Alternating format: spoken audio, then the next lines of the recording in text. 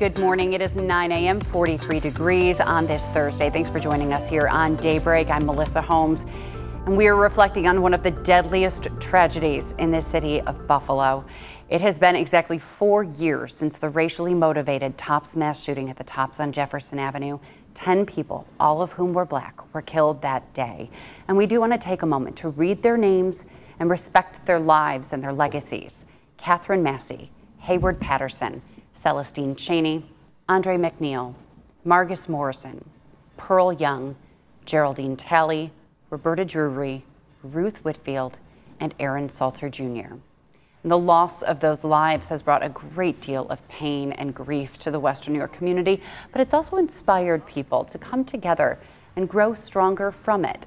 A day of remembrance and service is planned across the East Side today, and there is an event on East Utica Street that will feature live music and food and activities for children and a chance for neighbors to gather and reflect. And Daybreak's Natalie Foss joins us live this morning with organizers. Natalie, good morning. What's happening right now? Well, Melissa, volunteers are just starting to show up here for the 514 Day of Remembrance and Service. Service projects all over the city will be taking place from 9 to 2, and over 600 volunteers will be helping out with those service projects. I'm here with one of those volunteers right now. Yes. Kendra, tell us a little bit about what you'll be doing today. Absolutely. So good morning. I'm here as one of the volunteers, second year in a row, for a really great cause of 514 and remembering and honoring the victims of that massacre a few years ago. Today I'm here working with Clementine Gold Group, putting together bags for High Point for their staff. Just thank you bags for what they do in the community. And then also too, they just really love just seeing a friendly face delivering those bags every year. So we're really excited to be a part of it. Why was it important for you to participate last year and then participate again this year? Obviously you had a good experience last year and wanted to come back. So tell us a little bit about why you came out today. One thing about community is that we really focus on joy, and so when something tragic happens in our community, we like to turn that into joy and turn our pain into joy. So it's really important to continue to give back, continue to have friendly faces in our community, because that's how we grow and get past some of the things that are happening, but also remembering why they happen as well. So it's really important to be rooted in community as we continue to remember this day. There's also going to be that community gathering a little bit later today. Why do you feel like it's important for the community, like you said, to be able to come out and gather today in remembrance and also to maybe experience some joy as well? Yes, so it's really important to continue to write our own stories. And so although the day was tragic, we want to continue to show up for our community, to know that we're here, to know that there's resources here and that they can rely on us if they need something. So that's really important to continue to have that joy. Kendra, thank you so much for taking some time out of your volunteering today to speak with us here at Channel 2. And of course, you can get back to work. I'm sure there's plenty for you to do. And if you would like to come out a little bit later today for that remembrance gathering, there'll be a ceremony at 2 o'clock. Of course, we'll be taking it here on WGRZ Plus as well. But then there'll also be that celebration from 3 to 7, that gathering for the community to be able to come together and have the moment to reflect as well as join together in community. Melissa, I'm going to send it back to you. All right, Natalie, thank you. And thank you to all of those volunteers. Well, the impact of the Tops mass shooting still lives on to this day. 10 people, again, all of whom were Black, shot and killed while simply shopping for groceries and basic needs. The tragedy has left the East Side community permanently scarred. And right now we are hearing from a powerful voice who's helping the community to move forward. Joining me now is chair of the 514 Memorial Foundation, pastor of Second Baptist Church, and the president of the Buffalo chapter of the NAACP, Reverend Mark Blue. Thank you so much for being here this morning. Thank you for having me. What does this day mean to you personally, and why should others take this day and remember it and reflect and commemorate? Well, before I answer that, we also need to remember those who are in the store and the survivors.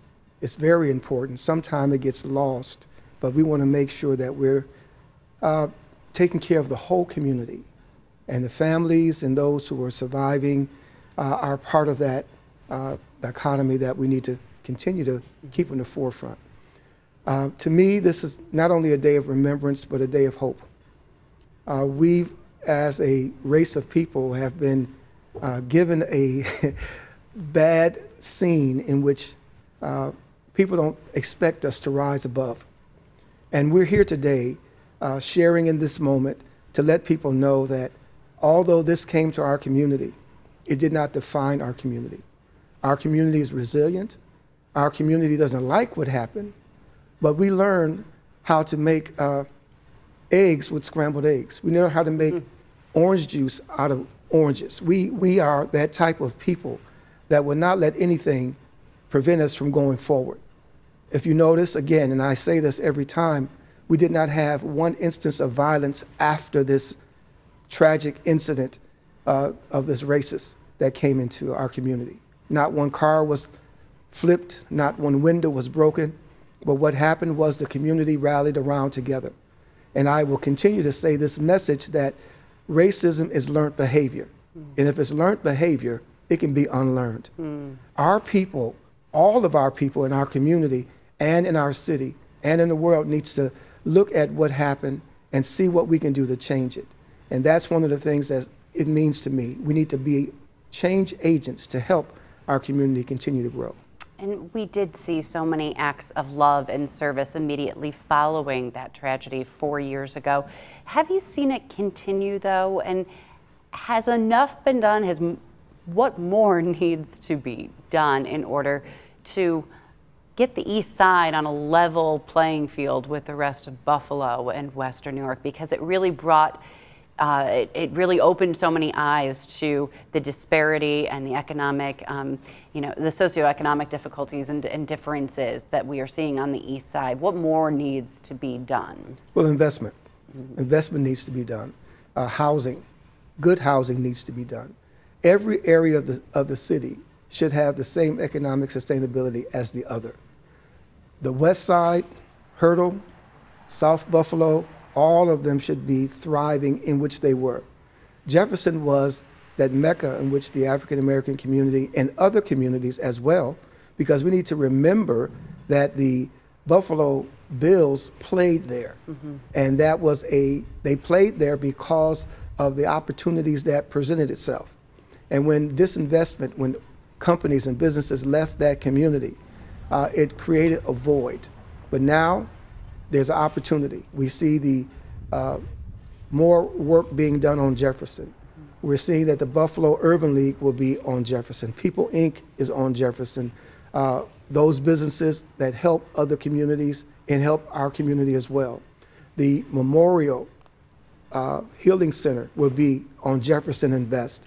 We have Johnny B. Wiley, which is a thriving sports pavilion for the community. We need to continue to invest in the East Side of Buffalo, whatever label you want to put, East Side of Buffalo, East Side, whatever it is, we need to invest because before Juneteenth started right there on Jefferson. So Jefferson is that hub. It's the mecca for not only the community, but for Buffalo as well. And the memorial, the healing center, is estimated to be $15 million. It could be more. Some are saying, well, that money should be used to actually build other things and give to community groups.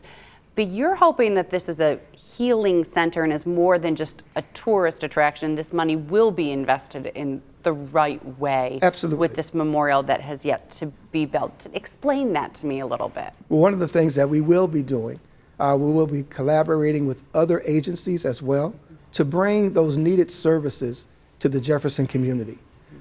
There's been a void in there, so we want to make sure that void is filled. And also, this will be almost a park atmosphere as well. Well, we'll have community members, artists who will be exhibiting some of their work as well on the outside and on the inside. This is not just a seasonal healing center. It will be all year round. So there'll be activities going all year round to bring community needed services to the area that has been a void in. We haven't had a community center in that area at all. Johnny B. Wiley is a sports pavilion. It does provide some services, but this will be that time in which we can bring together a lot of the resources that are needed for that area. So money will be well spent, and there are other organizations and agencies that do the things that you just talked about in financing and supporting those other community events. And it's been 4 years. We have yet to see shovels in the ground, but you have said we've got one chance to get this to get right. this right. We have to make sure, and by the hiring of our construction consultant, within the next 3 months, we'll have another press interview where we'll explain what the actual costs are going to be. When you have an architect, they have their drawings and they give their estimation, but our construction consultant will be able to help us pinpoint that and even give a time frame for shovels in the ground and for the completion of the Healing Center. And the design is not local, but the construction company that all of you just voted on and unanimously approved, that is a local company. Why is it so important to have people here from Western New York being in charge of this project? Well, both are local because the architect is Jin Yun Song and Douglas Elgood. Jin Yun Song is a professor at UB. Okay. So the design is local, and also the construction consultant, because one of the things that we wanted to do was to make sure that we had someone who will, again, share our interest. And having that local group, we even have some of their members were our residents of that area as well. But that wasn't the defining point. The defining point is they came in with a great bid. They came in and they showed us that they're competent enough to do the work for our community. They have the heart of the community. So both of these are good. And also, let me add that we wanted to make sure that as in the building of this, that we use a lot of local labor as well. We want to make sure our MWBE guidelines are higher than the state guidelines. So we want to have it built here and built by us. As we wrap up this interview, I want to bring it back to the victims and to the survivors. Have you talked much with the victims' families and with any of the survivors who were in the store, those 3 who were shot? How are they doing, and how much do you still stay in touch with those families that were impacted 4 years ago? The foundation stays in contact with all of them. As a matter of fact, Chad Houston, our executive director, is in contact as well. There are members of the families of the wounded, of the survivors on the board of the foundation. So any major decision that comes up, we are inclusive of the families of the survivors. They have a heavy input into what we do. So again, we even have focus groups that are being done. So the communities involved, the families and the survivors are involved heavily into this because we believe in transparency.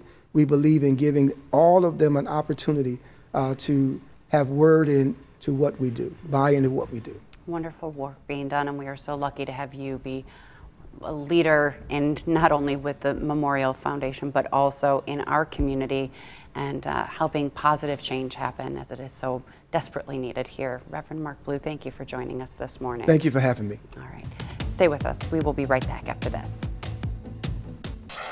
Welcome back, everybody. It is 9:15 on Daybreak, 43 degrees. Patrick is wearing his Sabres colored ties. And what does blue and gold make? I don't know green. what. That's right. I'm wearing green. There we go. Can't wear red. I put the red to the side of the wardrobe, but it's going to be a big game tonight, a momentum shifter as it's basically it is a best of 3 series now. The series is all tied up 2 games apiece.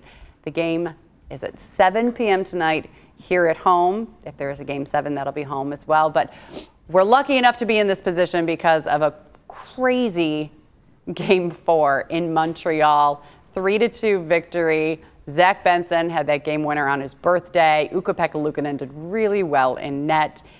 Game 4 and everything. Overturned goals, tons of penalties, lots of lead changes, but the Sabres found a way to even the series, and now it shifts back to Buffalo for another huge night at home.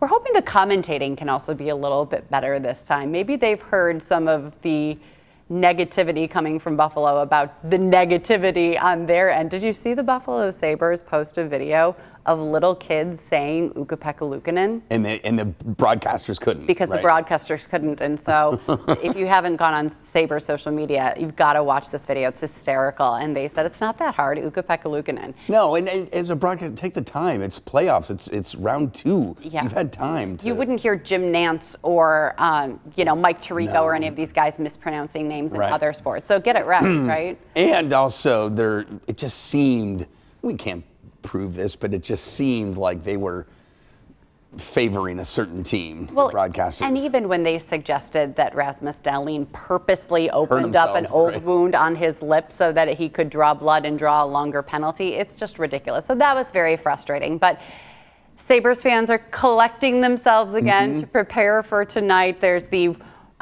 party in the plaza beginning at 4, the watch party at Canal Side beginning at 5. The weather is not going to be great. Bundle up and dress appropriately for it. But the crowds are super excited. If you still want to watch from inside KeyBank Center tonight, you can. There are tickets available.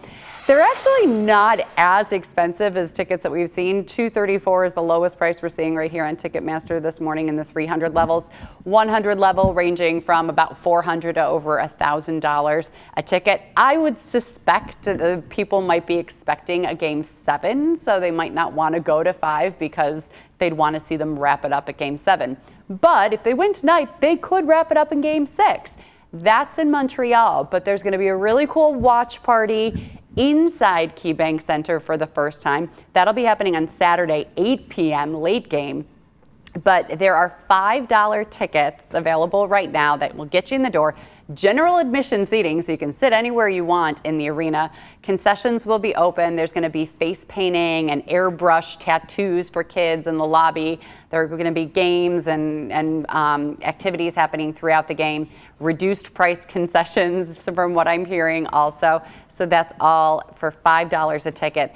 I got 2 yesterday for me and Elliot, and then of course he said, can I bring a friend? So I just went on this morning, and there are still tickets available, so I got another one. So could it be that the 300s are the best seats? Possibly, because you're kind of looking straight on. Now, if you are sitting low in the 100s, underneath the Jumbotron, there are other monitors so that you can get a good view. Okay, you're going to be doing that. But you know where I shouldn't let anyone know my secret, but I'm sure I'm not the first to think of this. I'm going to head straight to the 200s because that's typically an area where you don't get to sit because the tickets are so expensive, but there's more kind of private-ish bathrooms. The concession stands won't be as long, and you're looking straight on at the 200s. But it's going to be a mad rush. The doors open at 7 o'clock, and that game is 8 o'clock. What do you mean private-ish bathrooms? Well, you can't go to the bathrooms in the 200 unless you're in the 200s. Oh. And the 200s are such limited seating that the bathrooms are not as crazy. So these bathrooms require a ticket.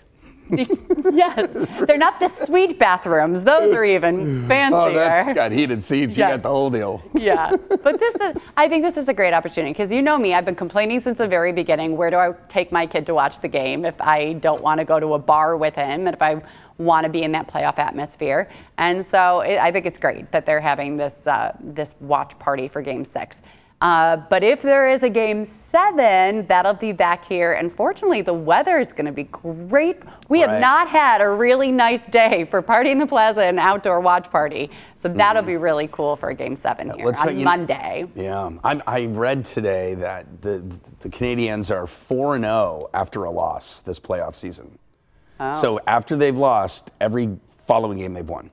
Now, that could be just, I don't think it's a trend necessarily. Is it a fluky thing? Is it something that can be, obviously, that trend can come to an end? They're a good team. These are two very evenly matched good teams. And the away team has been the better team, it seems like. I'm not going dark here. I'm just saying that these 2, maybe 3 games are going to be, it's like it's starting now, the tournament. Did Carolina win? They won like 2 weeks ago. Did they wrap it up already? Yes, they wrapped it up like 5 days ago. I don't believe that. I'll have to look that up. They will have. No, it's a known thing. If our game goes 7, our series goes to 7, they will have had like 9 to 11 days of rest. Wow. Isn't that crazy? Especially if we go to a Game 7. They started their tournament early and they wrapped it up in 4.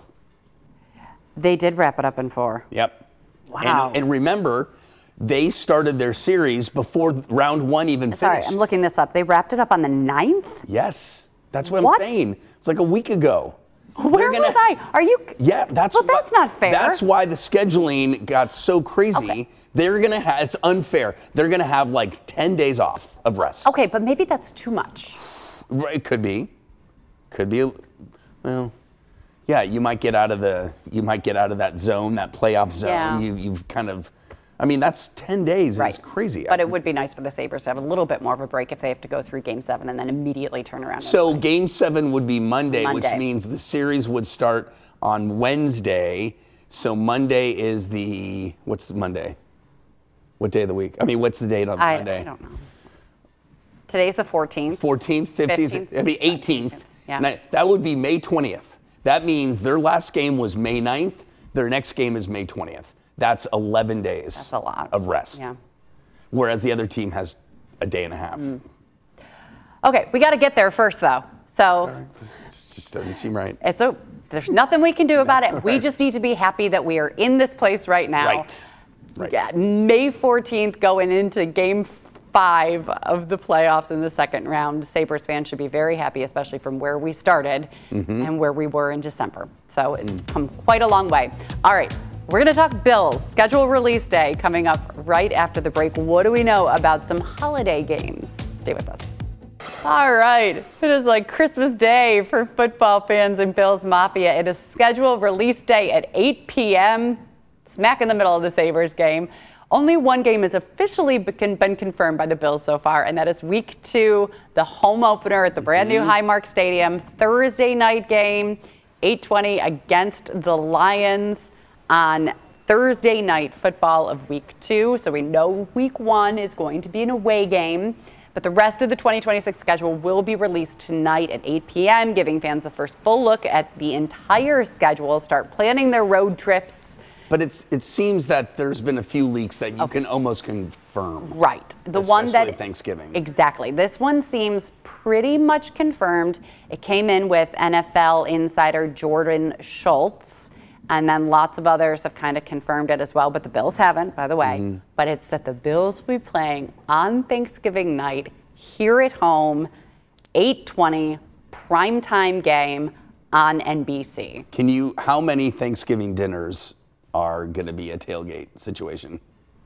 Think about that. You roast your turkey out there. Because I was If it's an thinking 8 have o'clock Thanksgiving at 1 o'clock and then or at noon have your Thanksgiving dinner at home surrounded by your family, giving thanks for a great Bills season, so funny. and then take a nap and go. But I never thought of actually having your Thanksgiving dinner in a parking lot. I cannot fathom. I mean, Thanksgivings for me were always so traditional and formal. They were at 6 p.m. and there's no way you're watching a football game on Thanksgiving. I mean, that was right. But this sounds kind of fun, and I think we're kind of due for a Thanksgiving game. We are, and I think it's great that it'll be at home. And can you imagine if there's like a light snowfall and how pretty awesome. that'll be? But the other Thanksgiving matchups, Cowboys and Eagles, and then Chiefs and Bills. I mean, you can't get bigger than Chiefs and Bills. But there was another one. There was the early one, and that was and these are all rumors, of course. Oh, I wish I could pull it up right now. And Rams and. Oh yes, Rams and somebody. But anyway, somebody. 3 amazing games, and then the Wednesday before and the Friday after are also incredible matchups. So that'll be fun Friday. to see. Did you say the Wednesday? There's the Wednesday. There's a Friday. Oh, there's a Black Friday game. Yes, That's right. We're also hearing that the Bills are playing on Christmas. Right. That might be an away game. The other ones that have kind of leaked that we haven't confirmed yet are Week 6 in Vegas and Week 10 playing the Jets in New Jersey. When did the Bills play on Christmas against the Bears? Remember when they were redirected because of the blizzard? The Christmas, I think in 2023, I thought the Bills played on Christmas. I don't remember. Yes, they played in Chicago. I think it was Christmas. I really can't remember. I have to cough real quickly. Okay. Yes, it was 2000. The blizzard was December of 22, And I believe it was that year they played. Anyway, so there's a history there. And as for the opener for this season, obviously Right. we know that the Bills are on the road. We're hearing that Houston is very likely, or Minnesota, or Green Bay. Gosh. Can you talk weather real quick? Yeah. I have to cough. Cut Yeah, my mic. And well, first of all, Minnesota, I think. You know what? I did make my calendars for you. Did you? Yes. Can I see? Yeah, let's look. Can we go to the camera 5 really quick? And then because I was begging for a cold calendar, but you made I did both. Wow, look Yes. at you, an overachiever today. Is there do we have a chance to go to camera 5? Okay, thank you. Thank you, Mike. This is Melissa's request. It was a look at the month of May and rainfall and temperature trends for the month so far. What did you determine? I determined it's been cold. Only 2 days there. First, there's the rain. Where you see green is days that have had rainfall. Hold on, I got to go over here so I can click it. It's fine. Oh my gosh, happens to me all the time. We've got 30 seconds, Look at the Patrick. amount of days with rain, and then check this out. These are the temperatures. Blue are below normal. Red is above normal. Look at how many more blue there are than red. Yeah. So you have 11 days below normal, 2 days above. That really doesn't surprise me at all, but I can't even remember that 70 in my life. Did that? I don't think it happened. Anyway. I think it was all lies. right. It did. Sorry about all of this to all of you. Goodbye, everybody. Go Bills. Go Sabres, I mean.